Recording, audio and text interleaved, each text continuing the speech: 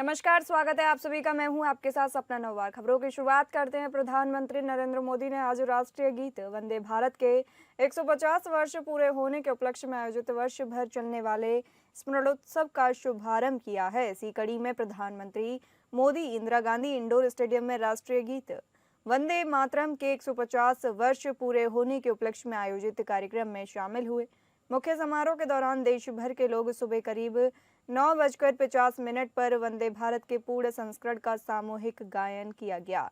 इस अवसर पर प्रधानमंत्री मोदी ने कहा है कि वंदे मातरम केवल एक गीत नहीं, यह भारत माता की आत्मा की अभिव्यक्ति है। प्रधानमंत्री ने इस अवसर पर एक स्मारक, डाक टिकट और सिक्का भी जारी किया। यह कार्यक्रम 7 नवंबर 2025 से 7 नवंबर 2026 तक चलने वाले एक साल के राष्ट्रव्यापी स्मरणोत्सव का औपचारिक शुभारंभ है। इस राष्ट्रव्यापी स्मरणोत्सव का उद्देश्य भारत के स्वतंत्रता संग्राम को प्रेरणा देने वाले गीत वंदे मातरम के महत्व को नई पीढ़ी तक पहुंचाना है। एक साल के दौरान पूरे देश में विभिन्न सांस्कृतिक, शैक्षणिक और जन सहभागिता वाले आयोजन होंगे। वर्ष 2025 में वंदे मातरम की रचना के 150 वर्ष पूरे हो रहे हैं। यह गीत बंकिम चंद्र चटर्जी ने 7 नवंबर 1875 को अक्षय नवमी के दिन लिखा था। बाद में यह उनके प्रसिद्ध उपन्यास आनंद मठ के एक अंश के रूप में साहित्यिक पत्रिका बंग दर्शन में प्रकाशित हुआ।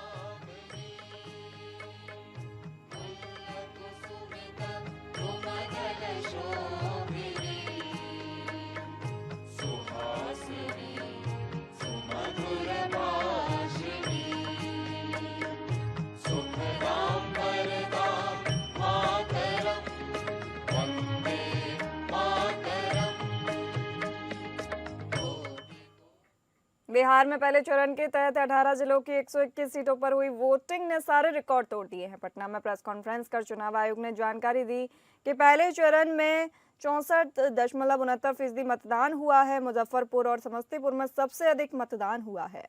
मुजफ्फरपुर में 70.96% मतदान हुआ, जबकि समस्तीपुर में 70.63% मतदान हुआ। मधेपुरा में 67.21% मतदान हुआ। इसके बाद वैशाली में 67.37%, सहरसा में 66.84%, खगड़िया में 66.36%, लखीसराय में 65.5%, मुंगेर में 60.40%, सीवान में 60.31%, वहीं नालंदा में 58.91% और पटना में 57% मतदान हुआ।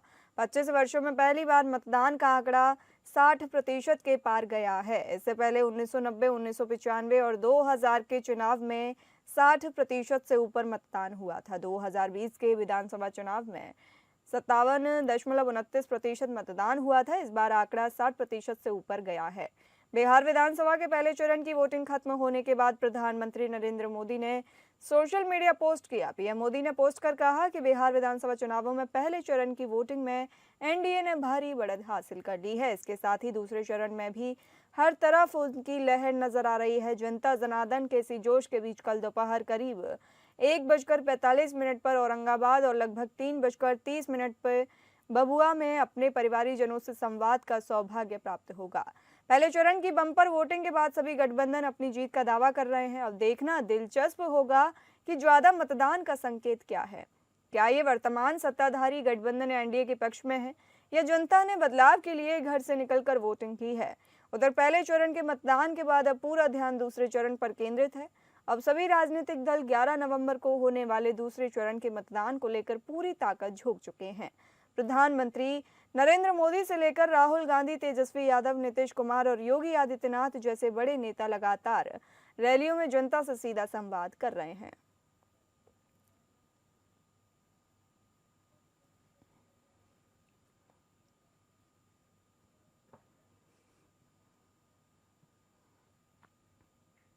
बिहार चुनाव के पहले चरण में लखीसराय से राष्ट्रीय जनतांत्रिक गठबंधन की ओर से भारतीय जनता पार्टी के उम्मीदवार विजय कुमार सिन्हा के काफिले पर पथराव की घटना हुई। नीतीश कुमार की अगुवाई वाली सरकार में डिप्टी सीएम विजय कुमार सिन्हा ने अपने काफिले पर पथराव और गोबर फेंके जाने का आरोप लगाया है। उन्होंने दावा किया कि यह हमला राष्ट्रीय जनता दल के समर्थकों ने बूथ कैप्चरिंग की कोशिश के दौरान किया। विजय सिन्हा ने घटना के लिए आरजेडी पर हमला बोला और लखीसराय के पुलिस अधीक्षक को भी निशाने पर रखा। विजय सिन्हा ने लखीसराय के एसपी को आड़े हाथों लेते हुए कहा कि यहां का एसपी एकदम कायर और कमजोर है। मामला लखीसराय विधानसभा क्षेत्र के बूथ नंबर 404 और 405 के पास की है। डिप्टी सीएम विजय कुमार सिन्हा अपने निर्वाचन क्षेत्र के पोलिंग बूथों पर चल रहे मतदान का जायजा लेने निकले थे। इसी दौरान बूथ नंबर 404 और 405 के करीब आक्रोशित लोगों ने उनका काफिला रोक दिया। आरोप है कि उनके काफिले की गाड़ियों पर गोबर और पत्थर भी फेंके गए। इस दौरान मौके पर अफरा तफरी मच गई। विजय कुमार सिन्हा के सुरक्षा कर्मियों ने किसी तरह हालात को काबू किया। इस घटना को लेकर विजय कुमार सिन्हा ने मीडिया से बातचीत करते हुए कहा कि बूथ कैप्चर करने की कोशिश की गई है।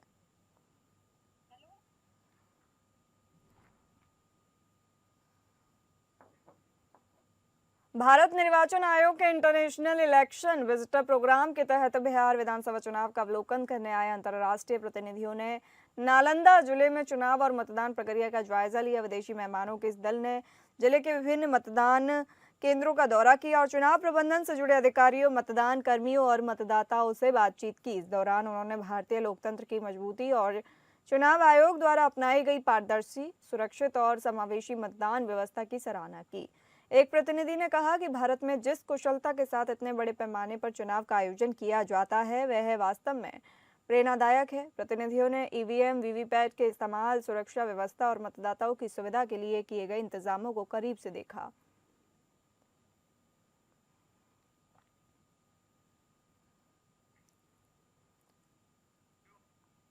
जेएनयू छात्र संघ चुनाव में लेफ्ट ने बम्पर जीत हासिल की है। सभी 4 पदों पर इस बार लेफ्ट ने बाजी मारते हुए जीत हासिल की है। पिछली बार भी सिर्फ एक पद को छोड़कर सभी पर लेफ्ट ने कब्जा जमाया था।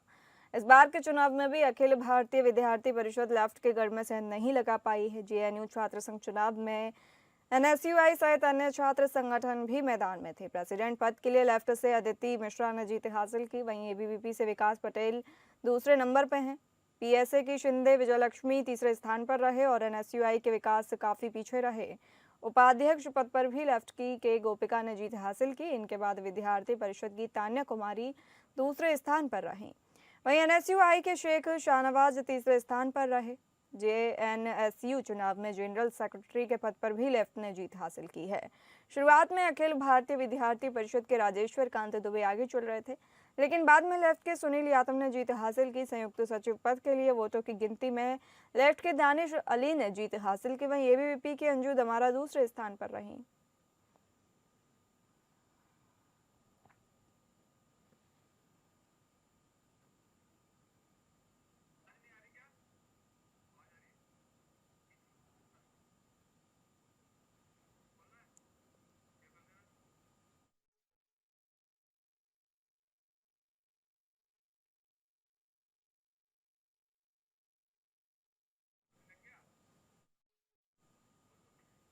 यात्रियों की सुविधा, समय बचाने और पर्यटन उद्योग को बढ़ावा देने के लिए प्रधानमंत्री अपने संसदीय क्षेत्र वाराणसी से रेल यातायात की बड़ी सौगात देने वाले हैं। प्रधानमंत्री मोदी आज शाम 2 दिवसीय यात्रा पर अपने संसदीय क्षेत्र वाराणसी पहुंचेंगे। अपने काशी दौरे के दौरान पीएम मोदी देशवासियों को 4 वंदे भारत ट्रेनों की सौगात देंगे। इनमें एक विशेष ट्रेन वाराणसी से खजुराहो के बीच चलेगी, जो काशी वासियों और पूर्वांचल के लिए एक बड़ा उपहार मानी जा रही है।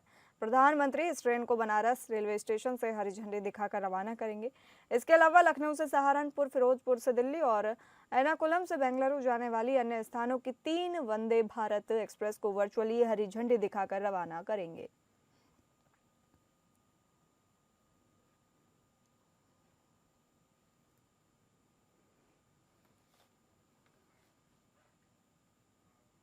उत्तराखंड राज्य स्थापना के 25 वर्ष पूरे होने पर रजत जयंती उत्सव पर प्रधानमंत्री नरेंद्र मोदी करोड़ों की सौगात देंगे। इसके लिए विभिन्न विभागों के विकास कार्यों का उद्घाटन और लोकार्पण करने की तैयारी चल रही है। नियोजन विभाग के माध्यम से धरातल पर उतरने वाली योजनाओं की स्क्रीनिंग की जा रही है। देहरादून के एफआरआई मैदान में राज्य स्थापना का रजत जयंती उत्सव को यादगार बनाने के लिए प्रदेश सरकार की तैयारियां जोरों पर हैं। 9 नवंबर को मनाए जाने वाले रजत जयंती उत्सव में प्रधानमंत्री नरेंद्र मोदी उत्तराखंड को नया तोहफा दे सकते हैं। वहीं 10,000 करोड़ की योजनाओं का लोकार्पण व शिलान्यास करने की बात कही जा रही है। इसके लिए नियोजन विभाग विभिन्न विभागों की उन योजनाओं की समीक्षा कर रहा है जिनका लोकार्पण व शिलान्यास प्रधानमंत्री करेंगे।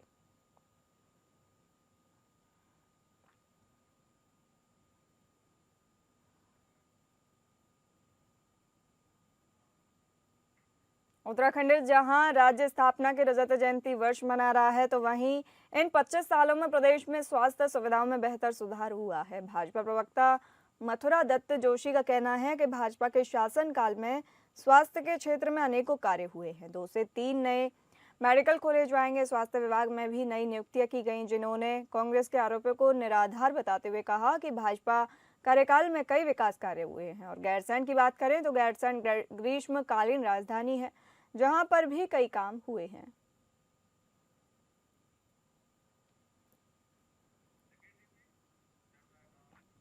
उत्तराखंड रजत जयंती पर विधानसभा में कांग्रेस के बर्ताव पर भाजपा ने सवाल खड़े किए। भाजपा संगठन महामंत्री कुंदन परिहार ने कहा कि यह 2 दिवसीय सत्र था, जिसे सभी सदस्यों को अपने विचार रखने के चलते एक दिन और बढ़ाया गया, जिसमें उत्तराखंड के आने वाले वर्षों में विकास को किस तरह से गति दी जाएगी, यह चर्चा की जानी थी। लेकिन कांग्रेस का रवैया सत्र के दौरान नकारात्मक ही दिखा। उन्होंने बहुत भविष्य के विजन को नकार दिया।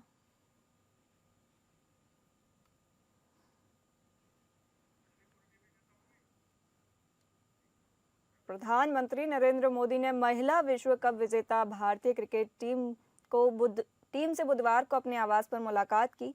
इस दौरान पीएम मोदी ने महिला खिलाड़ियों को अपने हाथ से मिठाई खिलाई। ऐसा ही एक वीडियो सोशल मीडिया पर वायरल हो रहा है, जिसमें उन्होंने इंजर्ड प्रतिका रावल को खुद खाना सर्व किया। दरअसल प्रधानमंत्री मोदी ने जब देखा कि घायल खिलाड़ी प्रतिका रावल जो व्हील चेयर पर बैठी थी, उनके पास खाने की थाली नहीं थी, तो प्रधानमंत्री ने तुरंत खुद पहल की और वे सर्विंग एरिया तक गए, खाना उठाया और खुद जाकर प्रतिका को परोसा। इस क्षण का वीडियो सोशल मीडिया पर तेजी से वायरल हो गया, जिसमें प्रधानमंत्री मोदी का खिलाड़ियों के प्रति मानवीय जुड़ाव और विनम्रता साफ झलक रही थी। प्रधानमंत्री के आवास पर आयोजित इस सम्मान समारोह में विश्व कप विजेता टीम के साथ मुख्य कोच अमोल मजूमदार और बीसीसीआई अध्यक्ष मिथुन मनहास भी मौजूद थे। यह मुलाकात न केवल औपचारिक सम्मान का अवसर थी, बल्कि टीम और प्रधानमंत्री के बीच व्यक्तिगत कहानियों और अनुभवों को साझा होने का भी मौका बनी। इस दौरान हरमनप्रीत कौर की अगुवाई वाली टीम ने प्रधानमंत्री मोदी को एक हस्ताक्षरित भारतीय टीम की जर्सी भेंट की, जिसके पीछे नमो लिखा था। कप्तान हरमनप्रीत कौर ने प्रधानमंत्री को संबोधित करते हुए कहा कि मुझे याद है जब हम 2017 में आपसे मिले थे, उस समय हम ट्रॉफी लेकर नहीं आए थे, लेकिन इस बार जिस चीज़ के लिए हमने इतने सालों से मेहनत की है, उसे लेकर आना हमारे लिए बहुत गर्व की बात है। कार्यक्रम में कई हल्के फुल्के पल भी रहे। प्रधानमंत्री मोदी ने player of the tournament Deepti Sharma से उनके हनुमान टैटू के बारे में पूछा, जो सोशल मीडिया पर काफ़ी लोकप्रिय हुआ था। वहीं टॉप ऑर्डर बल्लेबाज हरलीन देओल ने मजाकिया अंदाज में प्रधानमंत्री से उनका स्किन केयर रूटीन पूछ लिया, जिस पर मोदी ने मुस्कुराते हुए जवाब दिया।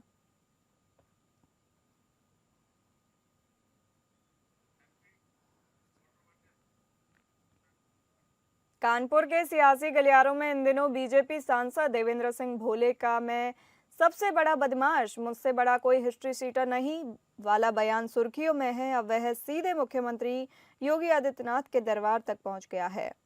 भाजपा के क्षेत्रीय अध्यक्ष प्रकाश पाल ने पुष्टि की है कि इस पूरे विवाद की रिपोर्ट प्रदेश संगठन मंत्री, प्रदेश अध्यक्ष और मुख्यमंत्री योगी आदित्यनाथ को भेज दी गई है। उन्होंने कहा कि यह बेहद दुर्भाग्यपूर्ण स्थिति है। पार्टी के नेता जनता के लिए आदर्श बने, एक दूसरे से नहीं लड़ें, विपक्ष से लड़ाई लड़नी है, आपस में नहीं। प्रकाश पाल ने साफ कहा कि प्रदेश नेतृत्व को सुझाव दिया गया है कि दोनों नेताओं को बुलाकर उनकी बात सुनी जाए और जो भी गलती हो उसे सख्त शब्दों में समझाया जाए। दरअसल यह पूरा विवाद जिला दिशा समिति की बैठक के दौरान भड़का था। यह वही बैठक होती है जिसमें सांसद, विधायक और जिले के शीर्ष अधिकारी विकास कार्यों की समीक्षा करते हैं, लेकिन इस बार बैठक का माहौल अचानक बिगड़ गया। बैठक में बीजेपी के पूर्व सांसद और राज्य मंत्री प्रतिभा शुक्ला के पति अनिल शुक्ला वारसी ने सांसद भोले पर तीखे आरोप लगाए। उन्होंने कहा कि सांसद समिति का दुरुपयोग कर रहे हैं, अपने खास लोगों को शामिल करवा रहे हैं और आम जनता की आवाज दबा रहे हैं। वारसी ने तो यहाँ तक कह दिया कि भोले जनता को झूठे मुकदमों में फंसा रहे हैं, फैक्ट्री मालिकों से वसूली कर रहे हैं, इन्हें इलाज की जरूरत है। ये कानपुर देहात के गुंडों के चेयरमैन हैं। वारसी के आरोपों के जवाब में सांसद देवेंद्र सिंह भोले ने जो कहा, वही बयान अब बवाल का कारण बना है। सांसद ने जवाबी वार में कहा, मुझसे बड़ा गुंडा कोई नहीं है, मैं कानपुर देहात का सबसे बड़ा हिस्ट्री शीटर हूँ। उन्होंने कहा कि उनके ऊपर दर्ज सारे मुकदमे पिछली सरकारों की राजनीतिक साजिश का हिस्सा थे। जब मैं बीजेपी में नहीं था तब विरोधी दलों ने मुझे दबाने की कोशिश में झूठे मुकदमे लिखवाए, लेकिन वही सरकारें बाद में मान गई कि केस फर्जी थे और उन्हें खत्म भी कर दिया गया।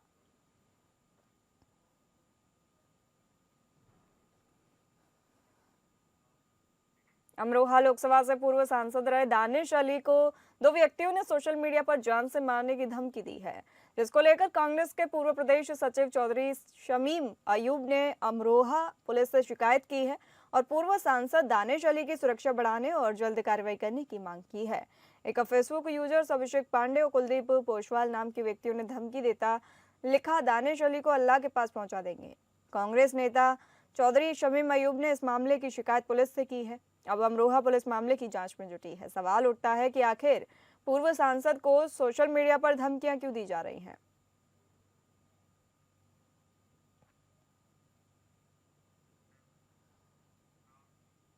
शाहजहांपुर जिले के थाना परौर क्षेत्र में बदायूं जिले के उसावा कस्बे के किसान अरवेश यादव की गोली मारकर हत्या कर दी गई थी। हैरानी की बात यह है कि घटना के समय किसान आरोपी का वीडियो बना रहा था। उसे अंदाजा भी नहीं था कि वह उसे गोली मार देगा। किसान के मोबाइल फोन में ही उसकी हत्या का वीडियो रिकॉर्ड हो गया। सोशल मीडिया पर यह वीडियो वायरल हो रहा है, जिसमें आरोपी युवक तमंचों से गोली चलाते दिख रहा है। उसावा वार्ड नंबर 4 निवासी अरवेश यादव अपने खेत में बाजरा के पुआल बांधने गए थे। परिजनों ने बताया कि उनके खेत के पास ही खेत में कल्लू अपनी जमीन की मेड़ काट रहा था। इस पर दोनों के बीच कहासुनी हो गई। विवाद के बाद कल्लू धमकी देकर चला गया, लेकिन कुछ देर बाद वह अपने भाई सोनू और एक अन्य युवक के साथ बाइक पर वापस आया। इस पर अरवेश उसका वीडियो बनाने लगा। आरोप है कि इसी दौरान कल्लू ने ट्यूबवेल पर बैठे अरवेश को तमंचे से गोली मार दी।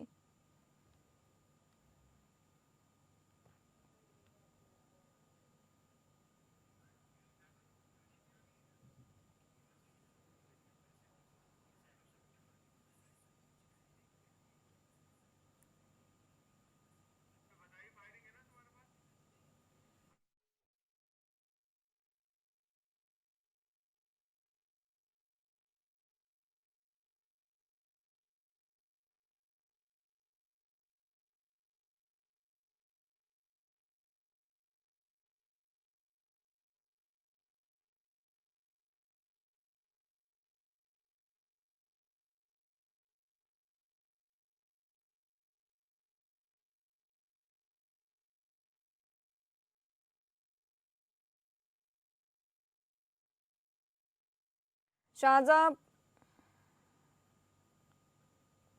छत से कूदने से आरोपी के पैर में फ्रैक्चर हो गया। आपको बता दें, प्रयागराज के धूमनगंज थाना क्षेत्र में 21 अक्टूबर को मुडेरा चुंगी में रोडवेज में कार्यरत संविदा ड्राइवर रविंद्र पासी उर्फ पुन्नू पासी हत्याकांड के 50,000 के इनामी अभियुक्त नुरैन को पुलिस ने गिरफ्तार कर लिया। कर्नलगंज थाना पुलिस और एसओजी नगर की संयुक्त पुलिस टीम नुरैन को गिरफ्तार किया गया है। पुलिस कमिश्नर जोगिंदर कुमार के मुताबिक पुलिस ने पुरा मुफ्ती के बेली गांव स्थित एक मकान में देर रात दबिश दी थी। दबिश के दौरान आरोपी पुलिस को देख छत से कूद गया। कूदने से आरोपी नुरैन के पैर में फ्रैक्चर हो गया है, जिसे इलाज के लिए अस्पताल में भर्ती कराया गया है। पुलिस कमिश्नर जोगिंदर कुमार के मुताबिक 50,000 के इनामी आरोपी नुरैन को पकड़ने के दौरान क्राइम ब्रांच का सिपाही विनोद दुबे भी उसके साथ छत से नीचे कूद गया, जिससे सिपाही के पैर और सीने में गंभीर चोट लगी है। घायल सिपाही को प्राइवेट अस्पताल में भर्ती कराकर उसका इलाज कराया जा रहा है। घायल सिपाही को देखने अस्पताल पहुंचे पुलिस कमिश्नर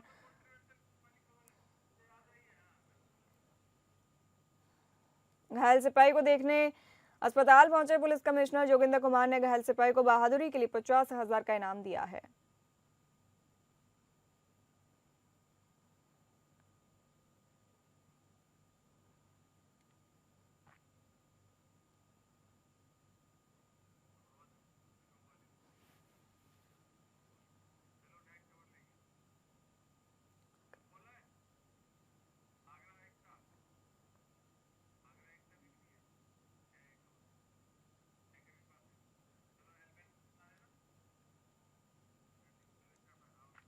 आगरा में राष्ट्रीय एकता सप्ताह के तहत बीएसएफ के जांबाजों ने ऐसा कौशल दिखाया जिसे देखकर हर किसी ने तालियों से उनका स्वागत किया। गुरुद्वारा गुरु के ताल में हुआ यह आयोजन देश की एकता, साहस और सुरक्षा का संदेश देता हुआ नजर आया। आगरा के ऐतिहासिक गुरुद्वारा गुरु के ताल में बीएसएफ मोटरसाइकिल राइडर्स ने हैरत अंगेज करतब दिखाए। करीब 70 सदस्यीय दल ग्वालियर से आगरा पहुंचा। इस दल में महिला जवान भी शामिल रही, जिन्होंने पुरुष जवानों के साथ मिलकर अपने अदम्य साहस का प्रदर्शन किया। कार्यक्रम की शुरुआत डीआईजी शैलेश पांडे ने हरी झंडी दिखाकर की। राइडर्स ने मोटरसाइकिल पर बैलेंस, स्पीड और टीम कोऑर्डिनेशन के शानदार कौशल का प्रदर्शन किया। बीएसएफ के अधिकारी, स्थानीय प्रशासनिक अधिकारी और बड़ी संख्या में मौजूद संगत ने जांबाजों का उत्साह बढ़ाया।